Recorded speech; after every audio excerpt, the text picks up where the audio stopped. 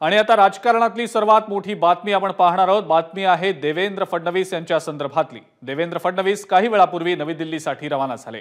तिथे ते पंतप्रधान नरेंद्र मोदी आणि गृहमंत्री अमित शाह यांच्यासोबत चर्चा करणार आहेत। फडणवीसांनी काल उपमुख्यमंत्री पदाचा राजीनामा देण्याचा मानस असल्याचं बोलून दाखवलं होतं आणि त्यावर दिल्लीतल्या बैठकीमध्ये चर्चा होणार आहे।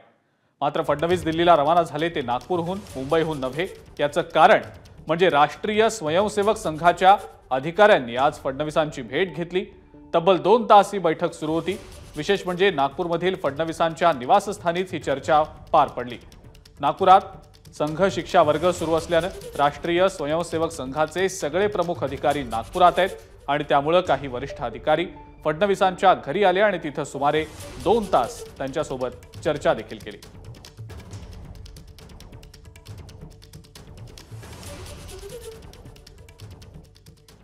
बघा नीट,